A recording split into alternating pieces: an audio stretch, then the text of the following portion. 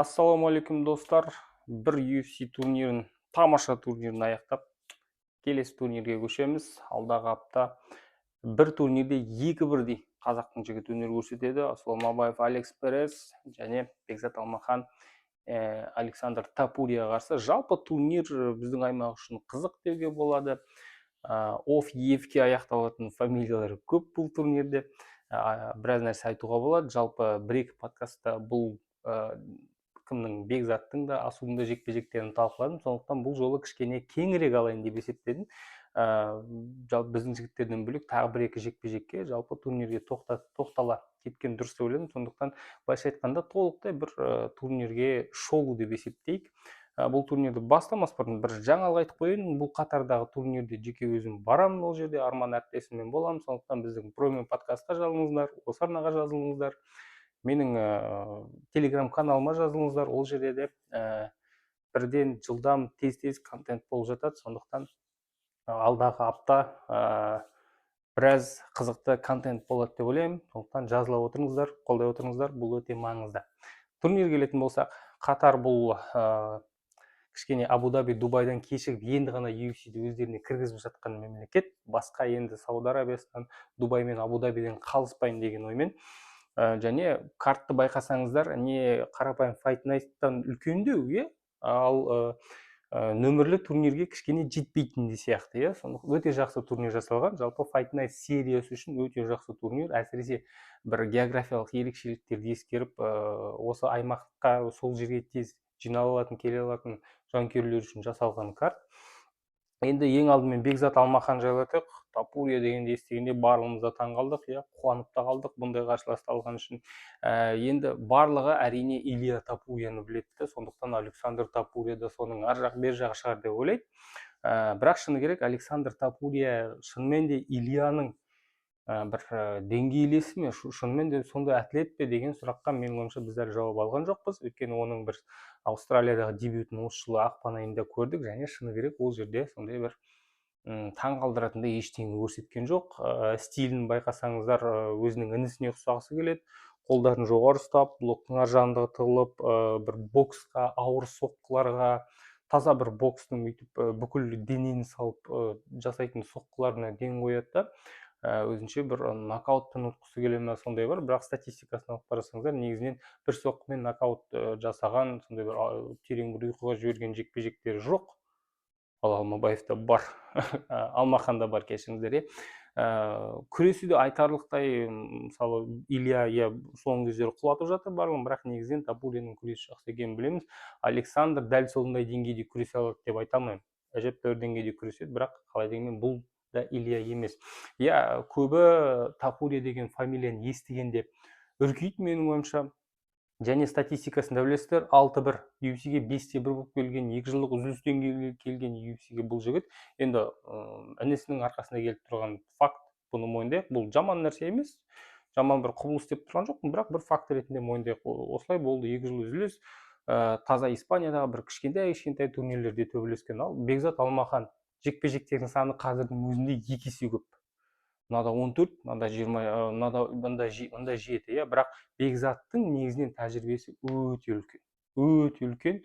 Оның жасын ескеретін болсақ, тіпті өз жасы үшін өте үлкен тәжірибе, өйткені жекпе-жек деген нәрсе бар Қазақстанда. Былайша айтқанда бұл жартылай кәсіпқой ММА, және рекордын алып қарасаңыздар, көбінесе сол жекпе-жектің аясында өткен айқастардың барлығы дерлік қазір ресми ММА рекордқа кірмеген, кішкене модификацияланған ММА ережесі деп жазылып тұрады.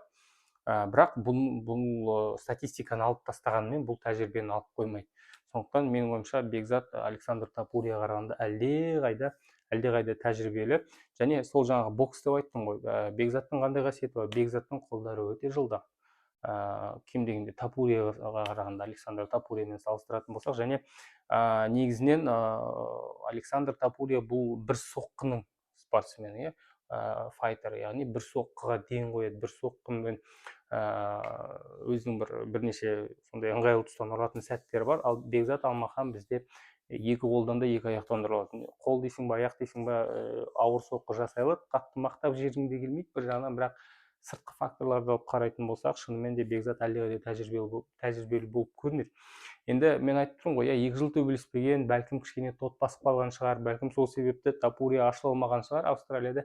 Енді Бекзатқа қарсы жекпе-жекте шынымен де менің ойымша Александр Топурия шынымен де өзінің інісі сияқты чемпиондық бір калибрдегі сондай бір керемет әлемдік деңгейдегі ММА-дің атлет ме деген сұраққа жауап аламыз. Бірақ менің ойымша бұл жекпе-жек Бекзат Алмаханның жеңісімен аяқталады. Енді бір сұмдық нокаут мерзімнен бұрын жеңіс болады деп айта алмаймын, бірақ менің көріп тұрғаным төрешілердің шешімі болсын, мерзімнен бұрын болсын, бұл Бекзаттың жеңісі. Ары қарай бізге жақсы таныс Тагир Уланбеков бар. Естеріңізде болса, Бакуде Азат Мақсұмдықты дәл сол жерде Киоджи Харигучимен төбелесу керек еді. Естеріңізде болса, бір ай қалғанда Азат бұл жекпе-жекті қабылдап, сөйтіп шығып кеткен болатын. Міне енді сол Харигучимен енді шығып жатыр. Харигучи бұл ММА әлемінде аңыз. UFC-ден 8 жекпе-жек өткізіп 7-1 болып кеткен. Деметриус Джонсонға ұтылды. Одан кейін Райзен, Беллатордың чемпионы болды, бірнеше рет чемпион болды. Және бір қызығы, бұл жігіттің бір жағынан жақсы жағы деуге болады, бір жағынан бәлкім толықтай бір ашылуға мүмкіншілік бермеген нәрсе, бұл салмақтан салмаққа секіру. Бұл жігіт 57 мен 61-дің арасында жүр. Кейде кетчвейт 59-ларда төбелесіп деген сияқты. Және екі салмақта да чемпион болды. Бірақ UFC-ге келген кезде, қазір UFC-ге міне қайта оралуы, былайша айтқанда, Райзен мен Беллаторда біраз уақыт өткізіп барып. Және соңғы 5 жекпе-жекте жеңімпаз. Сериясы 5 жеңістен тұрады, біреуі тең деген нәтиже бар. Соңғы рет бұл жігіт Патчи Микске ұтылған. Патчи Миксте қазір өздеріңіз білесіздер, UFC-де, бірақ басқа салмақта. Өте қызық жекпе-жек. Байқасаңыздар, жалпы UFC қазір Жапонияның нарығына қызып жатыр. Сол себепті шығар, бәлкім ардагер Харигучиді алып келген, бірақ менің ойымша Тагир сондай біз үйреніп қалған мәнерде 3 раундтық сондай бір, қатты айтсам кешіресіздер, бір мылжың бір жекпе-жекте төрешілердің шешімімен жеңіске жетеді деп ойлаймын. Жалпы жекпе-жек шамамен сондай болады деп ойлаймын негізі. Өте көп күрес, байланады, торға тіреліп күреседі деген сияқты қайта-қайта позиция алмасу, бірақ Тагир үшін бұл әрине өте жақсы жекпе-жек. Және Харигучи келмей жатып бірден Тагирді бергенде бұл бір белгі. Харигучи де тезірек барынша атақ даңқын қолданып деген сияқты нарығын қолданып шыққан топ 15-ке тығып жіберу, ар жақта қызығырақ жекпе-жектер жасауға болады. Ал Тагирді білесіздер, бұл жігітке қарсылас табу қиын. Одан кейін Алмабаев Переске келейік. Бұл да өте қызық жекпе-жек. Перестің негізі 5 жеңілісі бар, былай қарасаңыздар, 7 жеңіліс, 5 жеңіліс. Біз таза UFC-де айтып отырмыз, бірақ ойбай-ау 5 жеңілісі бар екен деуге болмайды. 5 жеңілісті алып қарасаңыздар, кімге жеңілді? 2 чемпион бар олардың ішінде. Фигередо мен Пантожа бар, Бенавидес бар, титулға бірнеше рет таласқан. Сосын әлі күнге дейін жеңілмеген Мокаев бар, және Тацуро Тайра бар, ол Переспен төбелескен кезде ұтылмаған 15-0 болған, 16-0-ге дейін жетті. Сосын ол демек тек қана негізінен топтарға ұтылған. Және байқасаңыздар, енді объективно, мысалы Тацуро мен кімді айту қиын, Мокаевты, бірақ қалған жігіттер мысалы жетістіктері бойынша асудан деңгейі жоғары. Мокаев пен Тацуро бұл асудан ешқай жері кем емес жігіттер, сондықтан бұл қарау өте қызық болады. Менің ойымша бұл жекпе-жекте күрес көп болады. Және енді Перес бұл кішкене джиу-джитсуға жақындау күресетін адам. Байқасаңыздар, күрес мәнерінен көп байланып күресе алады, ал асу бұл көбінесе бізде керісінше еркін күрестің бір тәсілдеріне көбірек мән береді. Яғни асу бұл бізде көбінесе таза бір ММА күресті көрсете алатын адам, функционалдық даярлық. Бұл жерде қатты маңызды рөл ойнайтын. Перес кезінде титулға таласқан ескеретін болсақ, бұл асу үшін топ 5-ке кірудің кілті біріншіден, және топ 5-те жүрген, бірақ топ 5-ке лайықты емес шалдарға қол жеткізудің бір амалы. Марена бар, Ройвел бар, Альбази сияқты тағы біреулерге. Кайкара Франс ең алдымен, өйткені олардың барын қолданып бітті, 3-4 рет титулға таласты, бір-бірімен барлығы 2-3 реттен төбелесті, жаңа бір қан керек. Сондықтан егер Перес ұтып жатса, онда асу менің ойымша бұрынғы чемпион Марена сияқты біреу, не болмаса титулға үміткер, тағы сол Кайкара Франстың ар жақ бер жағына жетеді, топ 5-ке кіреді. Ал топ 5-ке кірген адам титулға үміткерлер қатарында міндетті түрде қаралады деген сөз. Сондықтан бұл өте жауапты жекпе-жек деуге болады. Бұндай мүмкіншілікті бір жылдың ішінде 2 рет бере бермейді. КП-ге қарсы қандай сұмдық мүмкіншілік болды. КП-ні ұтып кетсе, қазір Асу қайда болар еді деген сияқты. Бірақ енді КП мен Перес салыстыруға келмейді. Перес қазір енді былайша айтатын болсақ, бабының шарықтаған шағында емес. Бұл сезіліп ақ тұр жекпе-жектерінен, соңғы жекпе-жектерінен. Сондықтан ұта алады деп ойлаймын, бірақ оңай болмайды, және Асу мерзімнен бұрын жеңіске жетеді деп айта алмас едім. Бірақ төрешілердің шешімімен жеңіске жете алады.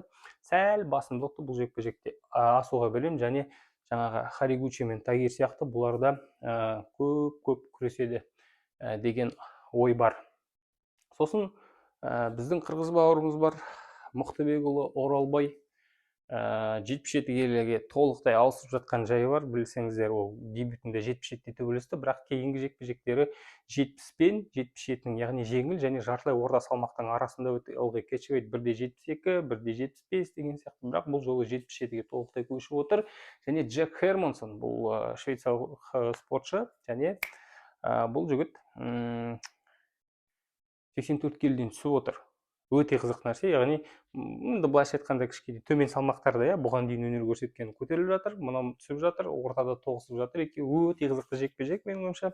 Мықтыбек әрине күреске салатыны анық, бірақ енді антропометрия, жалпы күш, қуат дегеніміз Хермансонның жағында. Сосын тағы бір енді сандарға көз жүгіртіп қарайтын болсақ, соңғы 8 жекпе-жегінде Хермансон бірде ұтады, бірде жеңіледі. Бір ұтыс, бір жеңіліс, сөйтіп қатар келе жатыр. Соңғы жекпе-жегінде ұтылып қалған.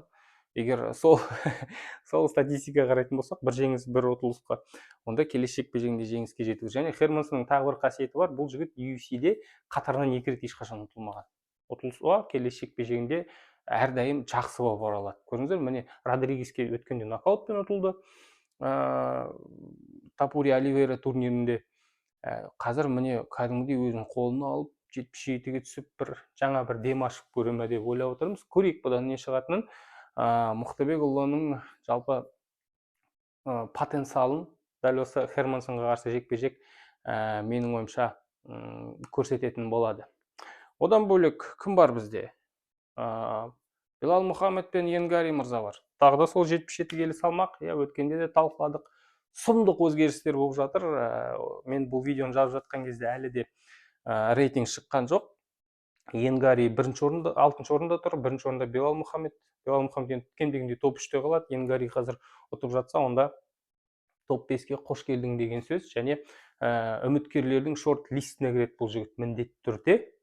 Сондықтан бұл осы орайда, осы бір тұстан қарау қызықта, менің ойымша не істейді?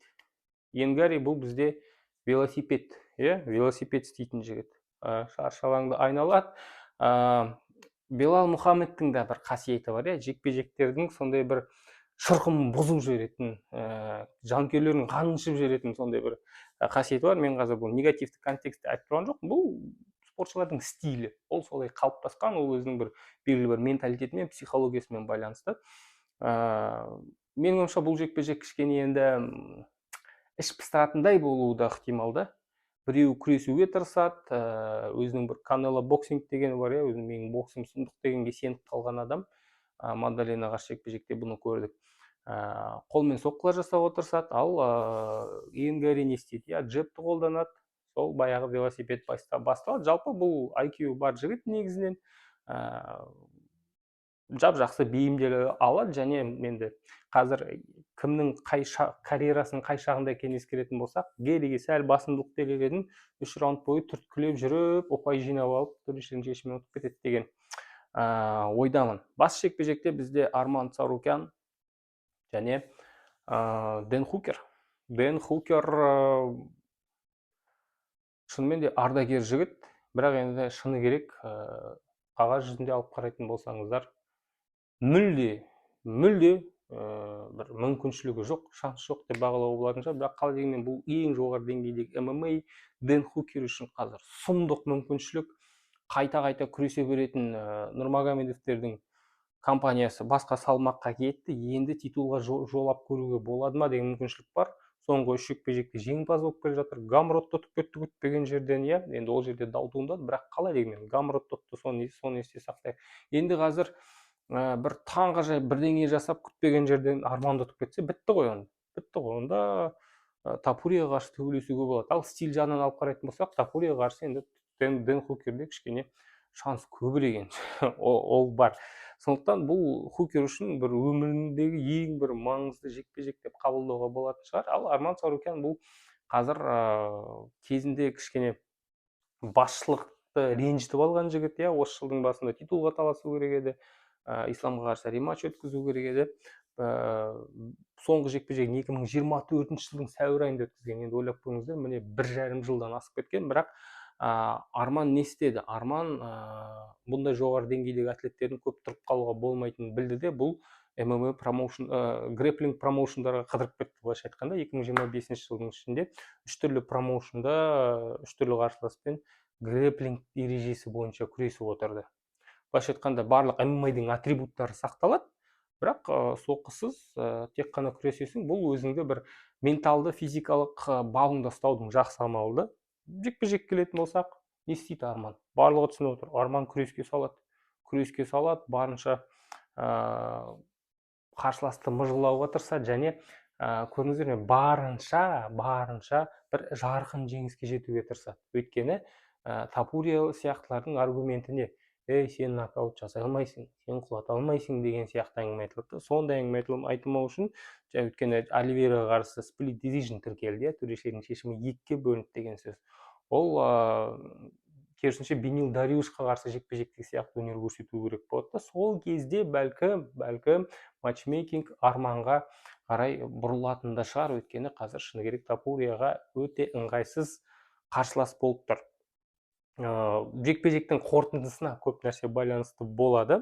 Ал Гамротқа қарсы тәптәуір айқасып берген, менің ойымша, Хукер бұл жолы да біраз кішкене жігіттердің көңіл күйін түсіре алады, бірақ бұл жерде де әрине Арман Сарукянды мен фаворит ретінде таңдар едім. Қорытынды осындай, құрметті көрермен, құрметті оқырман, жазыла отырыңыздар, қолдай отырыңыздар. Қатарда жүріп біраз дүние жасауға, қолдан келгенше біраз дүние жасауға тырысатын боламыз. Өз ойларыңызды мына видеоның астына келіп комментарийге де жаза отырыңыздар.